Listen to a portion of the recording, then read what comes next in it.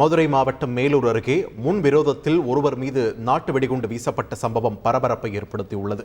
மேலூர் அருகே கீழவளவு கிராமத்தைச் சேர்ந்தவர் நவீன்குமார். இவரும் ஆட்டோ ஓட்டுநரான கண்ணன் என்பவரும் நேற்று நள்ளிரவில் பேசிக் கொண்டிருந்தனர். அப்போது இவர்கள் மீது 8 பேர் கொண்ட மர்ம கும்பல் டிஃபன் பாக்ஸுடன் கூடிய நாட்டு வெடிகுண்டை வீசியது. இதில் நவீன்குமாரின் கார் பலத்த சேதமடைந்தது. பின்னர் இருவரும் தப்பிக்க முயன்றபோது இருவரையும் அரிவாளால் மர்ம கும்பல் தாக்கியுள்ளனர். இதில் நவீன்குமாருக்கு சுண்டு விரலில் முறிவும் கண்ணனுக்கு முதுகில் வெட்டும் விழுந்தது. அப்போது கிராம மக்கள் ஒன்று கூடியதால் மர்ம கும்பல் தப்பி ஓடியது. இதுகுறித்து கீழவளவு போலீசார் 3 பேரை பிடித்து விசாரித்து வருகின்றனர். புகையிலை விற்பனை தொடர்பான முன் விரோதத்தில் இந்த சம்பவம் அரங்கேறியதாக கூறப்படுகிறது.